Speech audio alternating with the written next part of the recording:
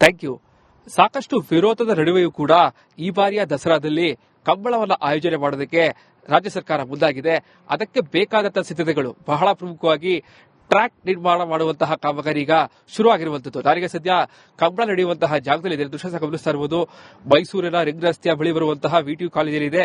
ಅದರ ಪಕ್ಕದಲ್ಲಿ ಬರುವಂತಹ ಸುಮಾರು 20 ಎಕರೆ ಜಾಗದಲ್ಲಿ ಈ ಬಾರಿಯ ಕಂಬಳವನ್ನು ಆಯೋಜನೆ ಮಾಡೋದಕ್ಕೆ ರಾಜ್ಯ ಸರ್ಕಾರ ತೀರ್ಮಾನ ಮಾಡಿದೆ. ಇದೇ ಮೊದಲ ಬಾರಿಗೆ ದಸರಾದಲ್ಲಿ ಕಂಬಳವನ್ನು ಆಯೋಜನೆ ಮಾಡ್ತಾ ಇರುವಂತದ್ದು. ಸೊ ಹೀಗಾಗಿ ಸಾಕಷ್ಟು ಪರ ವಿರೋಧಗಳು ಕೂಡ ಈ ಒಂದು ಕಂಬಳವನ್ನು ಆಯೋಜನೆ ಮಾಡುವಂತಹ ಸಂದರ್ಭದಲ್ಲಿ ವ್ಯಕ್ತ ಆಗಿತ್ತು. ಯಾವುದಕ್ಕೂ ಕೂಡ ತಲೆಯೆಲ್ಲ ಕೆಡಿಸಿಕೊಳ್ಳದಂತ ಸರ್ಕಾರ ಈಗ ಕಂಬಳವನ್ನು ಆಯೋಜನೆ ಮಾಡೋಕೆ ಮುಂದಾಗ್ತಾ ಇದೆ. ಬಹಳ ಪ್ರಮುಖವಾಗಿ ಈಗಾಗಲೇ ಏನು ಸುಮಾರು 20 ಎಕರೆ ವಿಸ್ತೀರ್ಣದ ಜಾಗ ಎಲ್ಲಿದೆ, ಈ ಒಂದು ಜಾಗದಲ್ಲಿ ಈಗಾಗಲೇ ಸುಮಾರು 40ಕ್ಕೂ ಹೆಚ್ಚು ಮರಗಳಲ್ಲಿ ಆಗಲೇ ಕಡಿಯಲಾಗಿರುವಂತದ್ದು. ಇನ್ನು ಮತ್ತೊಂದು ದೃಶ್ಯ ಅಂತಂದ್ರೆ ಸುಮಾರು 20 ಎಕರೆ ಜಾಗ ಅಂತಂದ್ರೆ ಸುಮಾರು 1 ಲಕ್ಷಕ್ಕೂ ಹೆಚ್ಚು ಜನರು ಈ ಒಂದು ಕಂಬಳಕ್ಕೆ ಸೇರ್ತಾರೆ ಅಂತ ಹೇಳಿ ಈಗಾಗಲೇ ಏನು ಒಂದಷ್ಟು ಸಾಕಷ್ಟು ಮಾಹಿತಿಗಳ ಕಲೆ ಹಾಕಿದ್ದಾರೆ. ಜೊತೆಗೆ 130 ಜೋಡಿ ಕೋಣಗಳು ಕೂಡ ಈ ಬಾರಿಯ ಕಂಬಳದಲ್ಲಿ ದಸರಾದ ಕಂಬಳದಲ್ಲಿ ಭಾಗಿಯಾಗ್ತಾ ಇರುವಂತದ್ದು.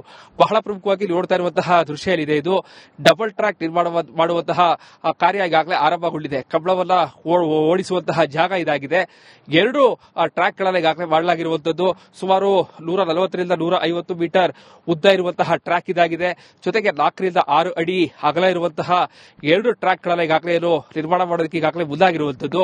ಈಗಾಗಲೇ ಕಂಬಳದ ಸಮಿತಿ ಕೂಡ ಏನು ಜಿಲ್ಲಾ ಪಂಚಾಯತ್ ಸಿಒ ಮುಖೇಶ್ ಕುಮಾರ್ ಅವರ ನೇತೃತ್ವದಲ್ಲಿ ಸಾಕಷ್ಟು ಕಾರ್ಯಗಳು ಈಗಾಗಲೇ ಚುರುಕುಗೊಂಡಿದೆ. ಬಹಳ ಪ್ರಮುಖವಾಗಿ ಇಲ್ಲಿಗೆ ಬರುವಂತಹ ಕಂಬಳವನ್ನು ವೀಕ್ಷಣೆ ಮಾಡೋದಕ್ಕೆ ವೇದಿಕೆ ಇರಬಹುದು. ಜೊತೆಗೆ ಆ ಟ್ರ್ಯಾಕ್ ಅಲ್ಲಿ ನೀರನ್ನ ಸಾಕಷ್ಟು ದಿನಗಳ ಕಾಲ ಇಡಬೇಕಾಗುತ್ತೆ. ಜೊತೆಗೆ ಇಲ್ಲಿಗೆ ಬಳಸಬೇಕಾದಂತಹ ಮಣ್ಣು ಕೂಡ ಎಲ್ಲವನ್ನು ಕೂಡ ಮಾಡುವುದಕ್ಕೆ ಈಗಾಗಲೇ ಕಾಮಗಾರಿಗಳು ಕೂಡ ಈಗಾಗಲೇ ಆರಂಭ ಆಗಿರುವಂತದ್ದು. ಸುತ್ತಲೂ ಕೂಡ ಸುಮಾರು 20 ಎಕರೆ ಜಾಗದಲ್ಲಿ ಈ ಬಾರಿಯ ದಸರಾದಲ್ಲಿ ಬಹಳ ವಿಶೇಷ ಅಂದ್ರೆ ಕಂಬಳ ಕೋಣಗಳ ಓಟದ ಸ್ಪರ್ಧೆ ಕೂಡ ನಡೆಯುತ್ತೆ. ಸೊ ಹೀಗಾಗಿ ಲಕ್ಷಾಂತರ ಜನರು ಕೂಡ ಈ ಒಂದು ಅಕ್ಟೋಬರ್ 18 ಮತ್ತು 19ರಂದು ಈ ಒಂದು ಸ್ಪರ್ಧೆ ನಡೆಯುತ್ತೆ. ಇದಕ್ಕೆ ಬೇಕಾದಂತಹ ಸಿದ್ಧತೆಗಳನ್ನ ಈಗಾಗಲೇ ಸುಮಾರು 8 ರಿಂದ 10 ಕೋಟಿ ವೆಚ್ಚದಲ್ಲಿ ನಡೆಸ್ತಾ ಇರುವಂತದ್ದು. ಒಂದು ಕಡೆ ಈಗಾಗಲೇ ನೀರಿಗೆ ಅಂದ್ರೆ ಕಾವೇರಿ ವಿವಾದ ಸಾಕಷ್ಟು ದೊಡ್ಡ ಮಟ್ಟಕ್ಕೆ ತಾರಕಕ್ಕೇರ್ತಾ ಇದೆ.